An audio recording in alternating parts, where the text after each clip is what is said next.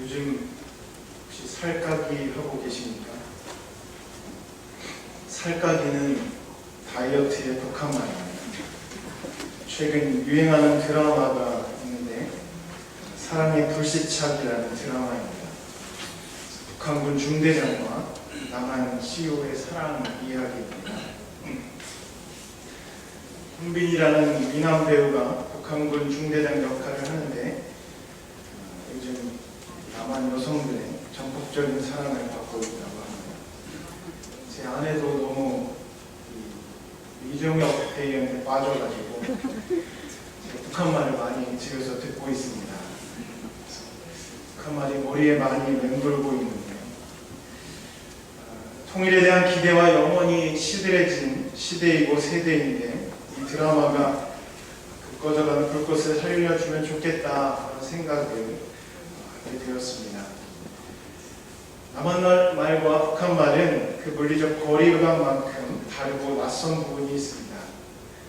단절없이 소통이 되었다면 언어의 장벽은 없을 텐데 어느 정도 소통은 가능하지만 좀 낯설어서 북한 말 중에 이해가 되지 않는 단어가 드라마를 통해서 좀 듣게 됩니다. 드라마 내용 중에 건배를 하는데 찌읍시다 이런 말을 하더라고요. 찌읍시다. 영 감이 잡히지 않습니다. 뭘 찢자는 건지 방아도 아니고 찰떡도 아니고 별도 아닌데 사전을 찾아보니까 한눈 팔고 가다가 전봇대 이마를 찢다 표현이 있더라고요. 그래서 생각해보니까 어렸을 때는 이마를 쪘다라는 말을 쓴 것 같은데 요즘은 거의 사용하지 않고 부딪혔다 이렇게 쓴 것 같습니다. 그래서 건배할 때 이마를 잘 찌읍시다 하는 게 너무 어색하더라고요. 여하튼 같은 언어를 사용하더라도 우리는 시간적 거리든 공간적 거리든 물리적 거리감만큼 소통에 있어서 어려움을 겪습니다. 이 현상은 우리 신앙생활에서도 그대로 적용됩니다. 우리 신앙은 나에게서 출발해서 내 삶의 지평 끝에 절대 타자로 계신 하나님께로 향하는 여정이고 또 대화입니다. 나는 이 편 끝에 서 있고 하나님은 저 편 끝에 서 계십니다. 그래서 내 자리에서 하나님을 이야기하려기보다는 하나님 자리에서 나를 바라보려고 노력해야 되는데 그게 쉽지 않습니다. 하나님과 나와의 물리적 거리감이 하나님의 말씀과 뜻을 오해하게 만듭니다. 의도하지 않게 혹은 때로는 의도적으로 나를 위해서 하나님의 뜻을 곡해하는 경향이 우리 안에 도사리고 있습니다. 그런 맥락에서 오늘 복음서 본문이 이해하기 어렵다면 오늘 예수께서 하시는 요청을 받아들이기 어렵다면 우리가 하나님의 축으로부터 멀리 있거나 아니면 부지불식간에 멀리 있고 싶은 그런 마음이 있기 때문일 거라 생각합니다. 오늘 마태복음의 구절은 구약의 율법에 관한 예수님의 새로운 가르침입니다. 살인하지 말라. 이 계명이 제일 먼저 언급됩니다. 그 다음은 간음하지 말라입니다. 세 번째는 아내를 버릴 때는 이혼 증서를 주라는 계명입니다. 네 번째는 맹세하는 것을 주께 지키라. 예수께서는 이 계명과 율법을 폐하려고 오신 것이 아니라 완성하러 오셨다고 말씀하셨습니다. 예수께서 율법을 완성하러 오셨다는 말이 무슨 의미일까? 율법을 완벽하게 이루시겠다는 의미도 되지만 그 율법 완성이 그 의미가 모호할 수가 있습니다. 살인하지 말라. 말 그대로 살인하지 않으면 율법을 완벽하게 이루는 게 됩니다. 그래서 어떤 사람들은 살인하지 말라는 계명을 살인만 하지 않으면 되는 것으로 해석을 했습니다. 40대 권장을 맞으면 죽으니까 죽지만 않도록 39대만 때리거나 아니면 법안 죽을 때까지 고문해 놓고는 풀어주고 자기 선택에 의해서 사망에 이른 것처럼 위장하는 행위가 정당화되었습니다. 내 이웃을 내 몸처럼 사랑하라는 예수 그리스도의 가르침과 살인하지 말라는 가르침 사이에는 큰 간극이 있어서 사람들이 자의적으로 행동할 수 있는 폭이, 신앙의 탈선 가능성이 너무도 컸죠. 그래서 예수께서는 살인 금지를 오늘 본문에 분노 금지로 축소시켜서 신앙인들이 선택할 수 있는 폭을 줄입니다. 살인하지 말라가 아니라 성내지 말라입니다. 형제 자매를 두고 명예훼손이 되는 표현을 쓰면 재판정에 불려가고 인신모욕을 하면 지옥불에 던져집니다. 얼간이라는 말을 듣거나 머저리라는 말을 들어도 상대방이 죽지는 않습니다. 그래서 살인은 아닙니다. 그러나 상대방이 그 이야기를 듣고 극복해야 할 트라우마와 상처는 살인만큼이나 견디기 어려운 것이라고 보시고 예수께서는 율법의 악용 가능성을 원천적으로 차단을 합니다. 그래서 예수께서는 살인만 하지 않는 것을 완성으로 이해하지 않고 그 율법 완성의 다른 상세한 조건들을 오늘 본문을 통해 얘기하십니다. 오늘 본문에 나오는 예수께서 설명하신 율법의 완성을 율법의 무게중심 이동이라고 이렇게 생각을 합니다. 율법이 오용되어 왔던 것이 내 입장에서 나 중심으로 율법을 이해해왔기 때문이라면 예수께서는 율법을 당신 중심으로 내가 마주하고 있는 대상, 나에 의해서 한없이 흔들리고 휘둘리는 자기자 중심으로 이해하라고 요청하십니다. 살인금지 율법은 상대방을 보호하는 최소한의 울타리입니다. 그래서 살인금지는 상대방을 가장 협소한 범위에서 보호를 합니다. 그래서 몸으로 치면 심장만 보호하는 거죠. 심장만 뛰게 하는 것, 그것이 살인금지 율법이라면 예수께서는 바로 그 율법이 다른 부분들을 보호하는 것, 관심 영역 밖으로 몰아낸다고 생각하신 것 같습니다. 그래서 예수께서는 최소한의 울타리를 최대한으로 확장시킵니다. 심장이 아니라 몸 전체이고 육체가 아니라 마음과 영혼을 모두 포괄하는 보호, 그것이 살인금지 율법의 완성이라고 예수께서 제시하고 계십니다. 살인금지 율법이 나 중심으로 해석되어 내 뜻을 관철하는 일을 최대화하도록 이해되었다면 예수께서는 그 중심을 당신에게로 옮겨놓고 그가 혹은 그녀가 최대한 보호받을 수 있는 울타리를 만드시고 있습니다. 하나님께 제물을 바치는 일도 마찬가지입니다. 예수께서는 하나님 앞에 제물을 드릴 때도 원한 관계에 있는 사람이 생각나면 하나님께 제물 드리기를 중지하고 먼저 형제와 자매와 화해를 한 후에 돌아와서 제물을 드리라고 강력하게 권고하십니다.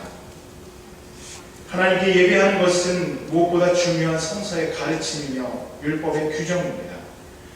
그건 조금 더 양보해서 하나님을 향한 제의와 이웃을 향한 윤리를 동시에 강조하는 것이 예언자의 전통입니다. 그러나 예수께서는 이 제의를 윤리에 종속시킵니다. 가장 중요한 율법 규정인 제의를 지키는 데 있어서 사람들과의 화해가 우선되어야 한다는 것입니다. 예수께서 주신 가르침을 지금 그대로 선포한다면 아마 이렇게 말씀드릴 수 있을 겁니다. 화해해야 할 형제 자매가 있는 분들은 지금 주저하지 말고 얼른 자리에서 일어나서 화해하러 가십시오. 주변 눈치 보지 마시고 다녀오십시오. 그리고 화해하셨으면 이 자리에 다시 오셔서 예배가 이미 끝나 있을지 모르지만 하나님 앞에 예배를 드리십시오. 단순하면서도 강력한 메시지이면서 동시에 우리 신앙인들에게 곤란한 요청이기도 합니다. 오늘 예배를 드리기 전에 아내와 아이들과 부모님과 화해했는지 물으면 대답하기 편치 않은 경우가 종종 있기 때문입니다.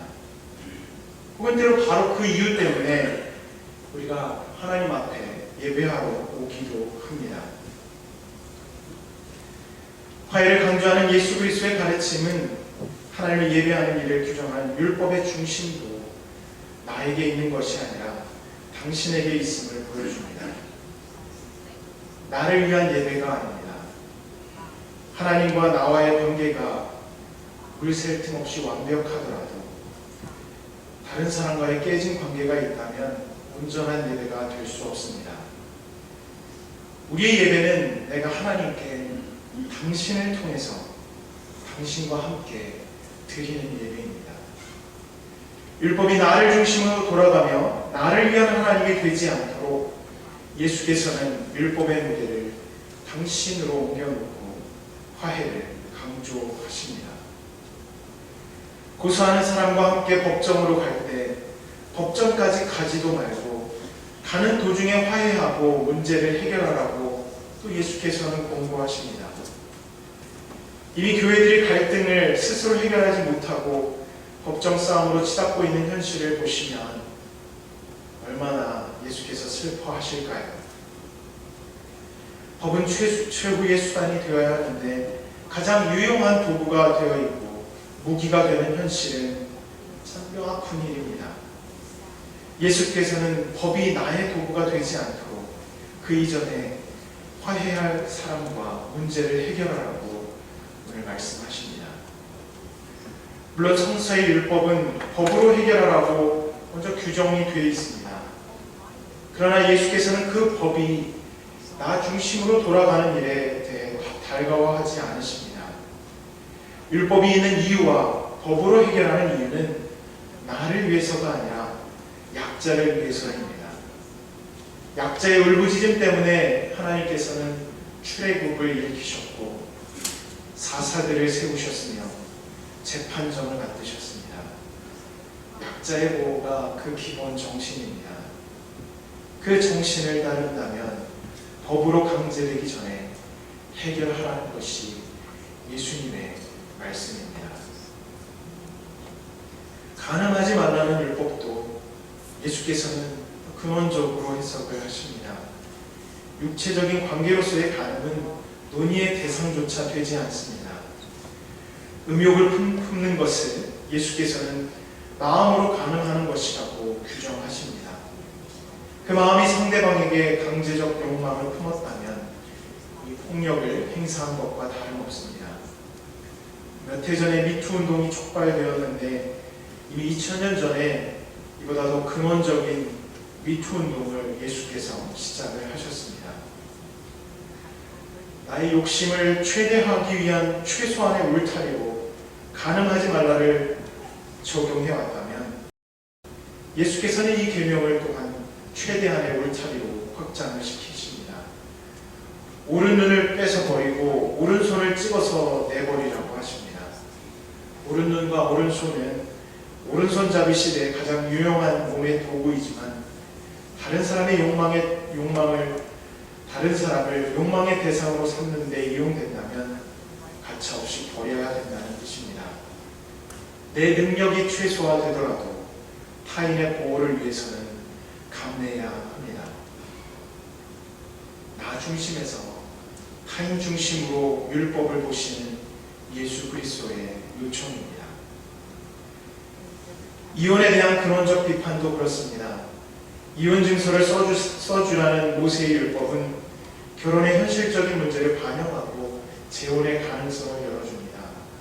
그러나 예수께서는 이혼한 여성 혹은 버림받은 여성과 재혼하는 경우도 간음으로 규정을 합니다.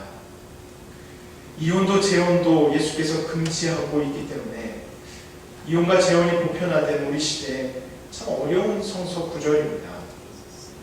가정에 위기가 있어도 이혼의 위기를 잘 넘어선 이들에게는 격려의 메시지가 되지만 가정폭력이나 다른 피치 못할 이유로 이혼한 분들이나 새로운 삶과 사랑을 위해 재혼한 분들에게는 정죄의 여지를 남기기 때문에 그렇습니다.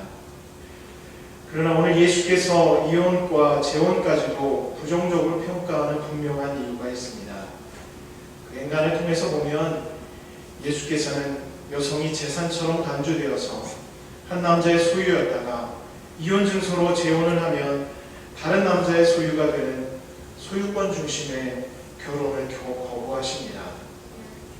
결혼을 소유의 틀에서 넘어서 존재와 존재의 관계 영역으로 바라보고 계시기 때문입니다. 또한 예수께서는 결혼을 완전한 사랑의 시야에서 바라보고 있기 때문에 이혼이 허용될 수 없고 또한 재혼도 허용될 수 없다고 얘기하십니다.